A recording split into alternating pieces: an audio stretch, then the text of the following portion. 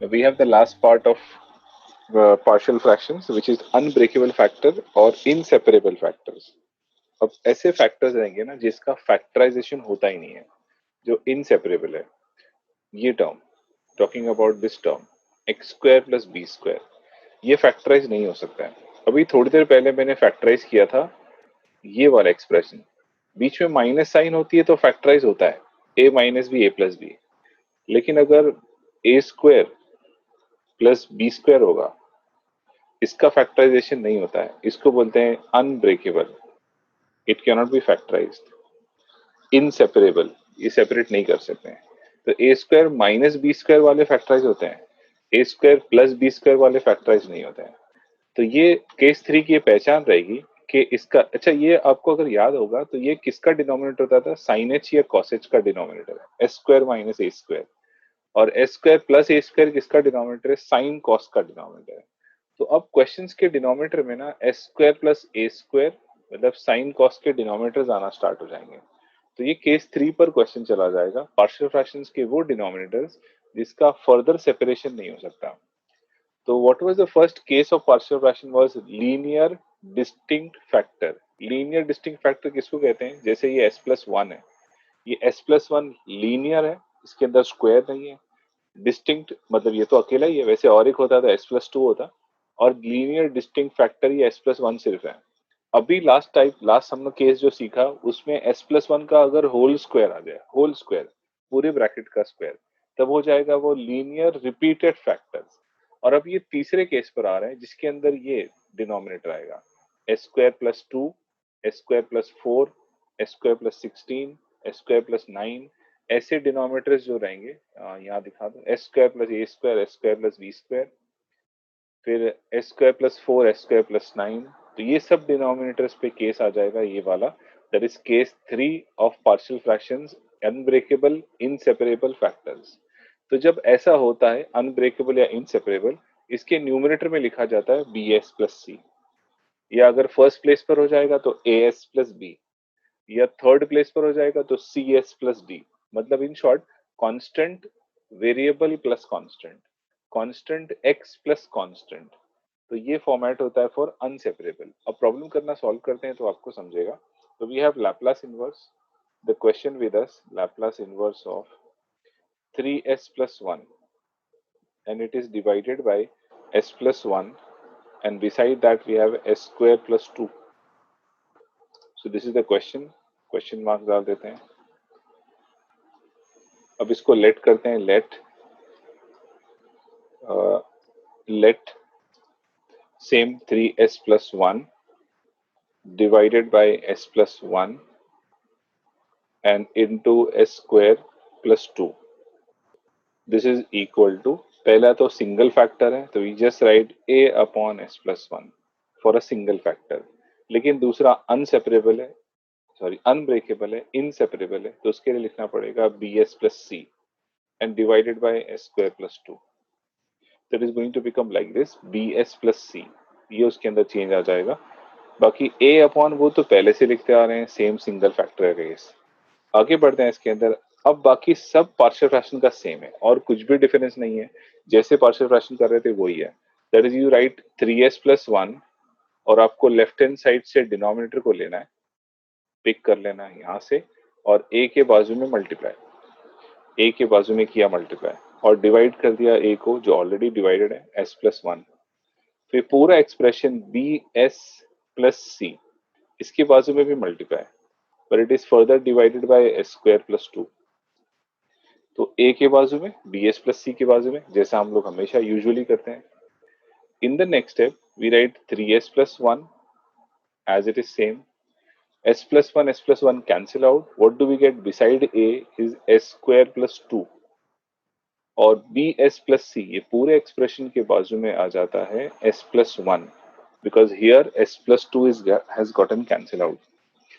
अगले स्टेप पर फिर देखते हैं हम लोग. ये 3 लेटर प्रॉब्लम है तो खाली s से बात नहीं बनेगी, आपको s स्क्वायर भी डालना पड़ेगा. 0s square plus 3s plus 1. a के बाजू का टर्म तो परफेक्टली रिटर्न है. अब आपको और भी b एंड c को सेपरेट आउट करना है. देखिए, पहले bs जाकर मल्टीप्लाई होगा s प्लस वन से, फिर प्लस सी भी जाकर मल्टीप्लाई होगा एस प्लस वन का। वेरिएबल्स को तोड़ देना है। ये तो पार्शियल फ्रैक्शन का लॉ था, इसलिए बी एस प्लस सी को साथ में लिखा था। अब आगे सेपरेशन करने के लिए बी एस जाके मल्टीप्लाई होगा एस प्लस वन से, सी जाकर मल्टीप्लाई हो जाएगा एस प्लस वन से। तो आपको और सेपरेशन करना है। फिर एक और स्टेप लेते हैं, writing zero s square plus three s plus one equal to, still a के बाजू वाला टर्म तो परफेक्ट है, s square plus two. Now b के बाजू में जो s है that will get multiplied inside, it will become s square plus s, and c के बाजू में तो s plus 1 वो भी परफेक्ट है। अब प्रॉब्लम पूरी तरह से बराबर अरेंज हो गया, a के बाजू में, b के बाजू में, c के बाजू में। Then you should write comparing the coefficients. Comparing the coefficients is going to give us the three equations. Comparing the coefficients करते हैं तो वापस हमें थ्री इक्वेशन स्क्वायर वाले, a मिल रहा है एक तो, फिर प्लस बी मिल रहा है, लेकिन सी के साथ नहीं है तो zero C equal to right hand side zero. वैसे ही एस कोएफिशिएंट देखते हैं तो ए में नहीं है जीरो ए, बट बी में there is a coefficient plus B, और सी में भी है plus C and equal to left hand side three. वैसे ही constant coefficient to A, then there is nothing with B zero B, but there is a plus one C and equal to one. तो सब यहाँ पर gather हो गया a plus B plus C वाले equations, all we have got. We have to solve them in the calculator and get the value of A, B and C.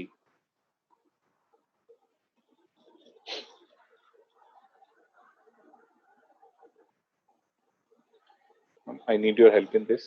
A, B, C value.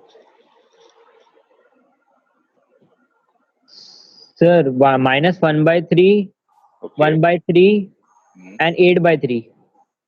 Minus 1/3, 1/3 and 8/3.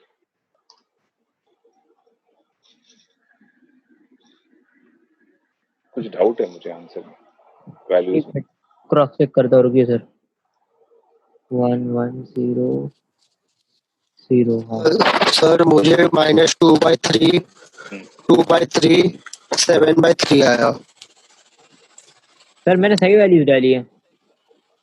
Sure, एक बार वापस check कीजिए। It is 1 1 0 0। हाँ sir, एक minute, 2 मैंने डाल दिया last में, एक सेकंड। जी सर -2/3, 2/3 और 7/3 सही बोला सर शाम को। Right right. So then we write this Laplace inverse of. So अब क्वेश्चन को सॉल्व करते हैं आगे। इसका इनवर्स कैसे होगा? इनवर्स कोई बिग डील नहीं, आसान है। इंपॉर्टेंट पार्ट था पार्शियल फ्रैक्शन। अब इनवर्स क्या होगा देखते हैं। Will see Laplace inverse of, Laplace inverse of we had written a upon s plus one and bs plus c upon s square plus two. तो उसको मैं यहाँ कॉपी कर लेता हूँ and I am going to substitute the a b c values here. a का value -2/3 मिला है मुझे, b का वैल्यू मुझे 2/3 पता है, और c का वैल्यू मुझे पता चला है 7/3। So I have substituted the values of a b c। कि अब बड़ा कॉम्प्लिकेटेड लग रहा है, इसका इन्वर्स कैसे करेंगे? नहीं यार, बड़ा इजी इन्वर्स है, देखते हैं समझेंगे कैसे करेंगे। सबसे पहले बात आपको है ना, ये 3/s/3 जो सारे थ्रीज जो दिख रहे हैं, अपॉन थ्रीज को कॉमन बाहर ले लेना, उससे थोड़ा क्लैरिटी आएगी। 1/3 इज कॉमन, तो what will Laplace inverse be equal to, पहले टर्म में खाली -2 आया and divided by s plus 1। उसके बाद वाले एक्सप्रेशन में 2s प्लस 7 हुआ and it is divided by s square plus 2 ना। हमने पहले क्या किया, सिर्फ अपॉन थ्री सब जगह दिख रहा था, उसको सीधा बाहर कर दिया। फर्दर मोर एक और स्टेप लेते हैं, still writing 1/3 outside and then writing Laplace inverse of, पहले तो -2 अपॉन s प्लस 1, ये एक्सप्रेशन तो सेम है।